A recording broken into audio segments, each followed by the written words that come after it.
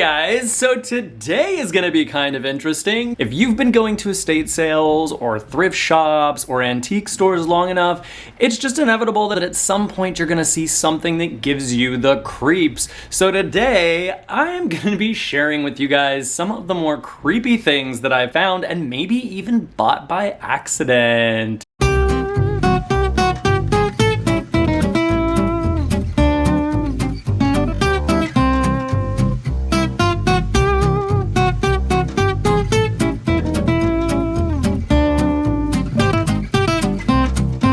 I am gonna start with the least scary things, and it is just gonna get creepier and creepier and creepier and creepier as we go. So at any point in time, if you feel like you are getting too creeped out, please click off the video because the next one is gonna be even worse. I just sometimes question some of the things people put in their antique booths, right? And I think we've all done that once or twice. And it started here at this antique shop. I go into this booth. It's a nice, beautiful little setup. There's this lovely woven blanket hanging on the wall. And I think to myself, oh, this booth probably belongs to some really cute little old lady that makes these beautiful little things. Then there's this nice little pillow and just a creepy dead baby statue. Okay, I find it weird, I find it strange, but don't worry, it gets way worse. Taxidermy to me always is just a little bit on the creepy side. Looking at a lifeless animal that's just kind of like never gonna move again in a weird pose. To me, it just creeps me out. Turkeys are creepy even when they're alive. Really big, they're a little bit intimidating, and then they have all this like extra stuff hanging here, which is always just a little bit terrifying. This person not only has the tail of the turkey, but then you could just buy all the parts separately. So there's like legs of the turkey in little Ziploc bags. You can buy the legs, you can buy the face, all the parts of the turkey in these different bags. But don't worry, if that's not creepy enough for you, we are gonna keep going. I feel like this next booth though would be sort of like what I would have if I had an antique store. It's all just a little bit creepy. It's all just a little bit off the wall. Of course, another taxidermy turkey.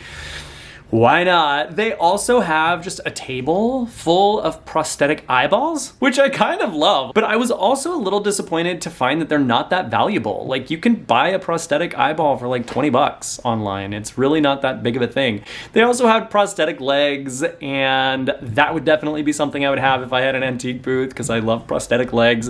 And they had this. Yeah, no, that's just a goat butt. That's a goat butt with a face on it. So that's kind of a fun little addition that I wouldn't have thought of before. Notice that I haven't bought any of this stuff yet. It's just not creepy enough for me. I'm only gonna start buying the things when they start getting super creepy. What about this life-sized statue of Edgar Allan Poe? Edgar Allan Poe was already terrifying enough. I've read his work. He's already creepy. Like, I don't need a life-size wax figure with like glossed over eyes looking back at me with a really melancholy, sad face. Now, the first thing that I actually ended up buying was this. Now, what is this, do you ask? This is totally done in the style of Memento mori, which was an art form that started in the 17th century. Now, what you guys have to understand is the 17th century was a little bit dramatic. There was all kinds of crazy stuff going on. We had plagues. Death was always kind of in the back of people's minds. And the whole concept of Memento mori means to remember that someday you have to die, which I feel like there's a lot of value in that, actually. You will do all of the stuff you wanted to do if you're constantly thinking about that. But you notice this art form a lot in a lot of paintings from that era. And you'll even notice that during that time, on a lot of the gravestones, they use a lot of skulls and skeletons. They really kind of incorporated it in a lot of their art and a lot of their architecture. Now, this particular piece was a little bit scary to me at first because it totally looked real. Now, where I live, there's a lot of movies being filmed constantly, so there's a lot of old movie props that are gonna pop up, and I actually think that that's what this is. And this is not even real wood, which is why I think it's actually a movie prop. But it is very well done, and it totally fits that whole like 17th century vibe. It's so creepy and it looks so real. Whether somebody uses it for another movie or maybe it just like fits somebody's home decor. I really don't know. I've never seen anything like it, so I'm like, you know what? I'm gonna grab that. This next thing, I was just like, well, I have never seen one of these before, and it did look very cool, but it's equally as creepy. Look at this snake! You guys, it is a king cobra, but this thing is super old, you guys, like very old. I would probably say from like the 1920s or 30s. It honestly just makes it look even creepier. I think old taxidermy is terrifying. Like, have you guys ever been to a museum that just didn't ever update their taxidermy, or that's just like really old stuff from like the 1920s or 30s? It has a really, really creepy vibe to it, and this snake has that same vibe. So without further ado, look at this thing. He looks so concerned. You can see it's got some damage there on the edge, but the expression on the face. The weird thing about this is they have it kind of like coiled onto itself, like it's choking itself, which I don't know. I don't think snakes do that. If they do, you'll have to let me know. So one of my all-time favorite cultures are some of the tribes within Papua New Guinea. Pretty much everything that you find from this area is gonna be carved for a purpose. But take a look at these pictures. So these were the dolls that I bought, and they came together. So it was a pair, and they stumped me. I'm like, what are these things? They were made out of like straw, and then they were wrapped on the outside in what looked like some kind of a fiber or like a banana leaf, but then they had human hair stuck to the face for the beard or for the hair. They were wrapped in clothing, very, very detailed. The story behind these is what is a little bit creepy. What these are Mendi compensation dolls. Mendi is a specific area in Papua New Guinea. Headhunting was super normal back in the early 1900s. In fact, it wasn't even really outlawed until the 1970s. There was a lot of violence and a lot of fighting between the different tribes in this area. If somebody died a really violent death that required some kind of vindication, a Mendi compensation doll would be created. Once that person's death was vindicated, these dolls would then be destroyed and they would no longer exist. The fact that I even have these in my possession means that somebody died a terrible death. Not just one person, but two people. I don't know, but I feel like that's maybe not the best energy. Speaking of some of these headhunting tribes, what about one of the headhunting weapons? I'm going through this antique shop and I see this axe just sitting on the shelf. I pick it up, you guys. I know immediately what this is. This piece is from Luzon Island in the Philippines, and this is from the Bontoc people.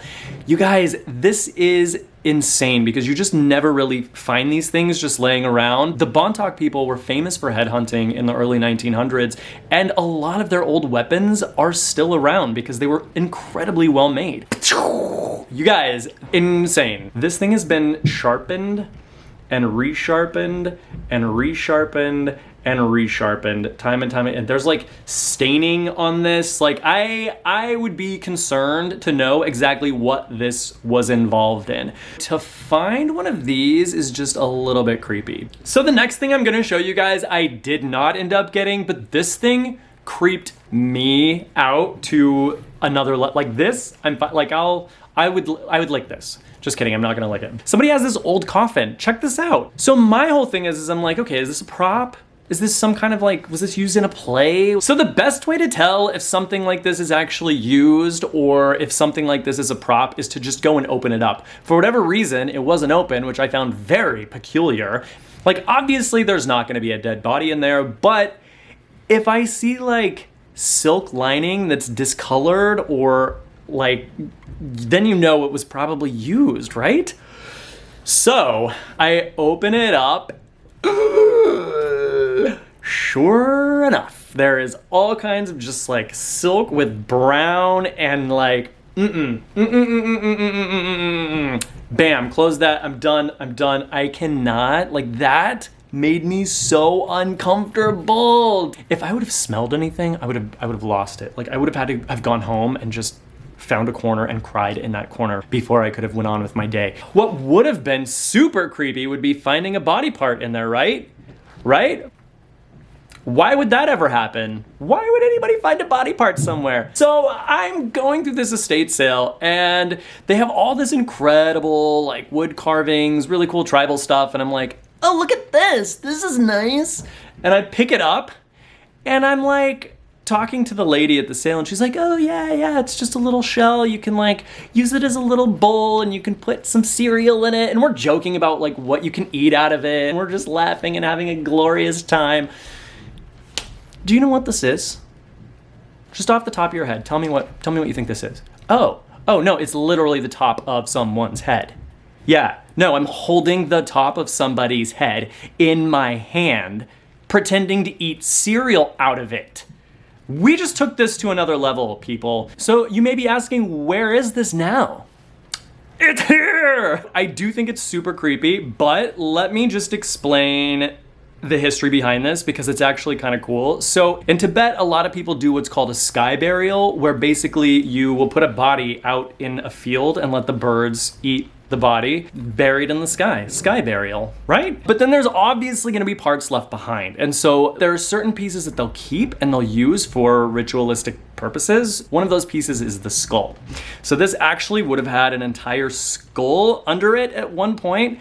And then they would actually take this and use this for ceremonies. And the skull would also be used in ceremonies. This is not a shell bowl that you eat cereal out of. This is literally the top of someone's head. And you know it's from Tibet. Anytime you see these little silver skulls, they use that a lot on their art. I told you this was gonna get, we were gonna go from 0 to like 200 very, very quickly. We went from like literally woven blankets to a human head. I want to thank you guys for watching. If you're still, those of you that are still watching, I want to hear what's something that would just creep you out. Because what's funny is this doesn't creep me out as much as the coffin. The coffin creeps me out so much. I don't know why. It just took me to the next level. But I figured this would kind of be the creepiest for you guys, so I saved that till last. But I want to hear, what is that one thing for you that if you saw it, or if you were like in a garage by yourself in the middle of the night and it just was there, you would just lose it? For me, the coffin. I can't. Leave your comment in the comment section below. Let me know what's the one thing you could find that would creep you out. Would it be this? If you found it at the top of someone's head, would that just be it for you? Like, let me know in the comment section below. If you haven't hit that subscribe button yet, make sure you do it now so you don't miss future episodes. And as always, thank you guys for watching, and I hope you have a wonderful day.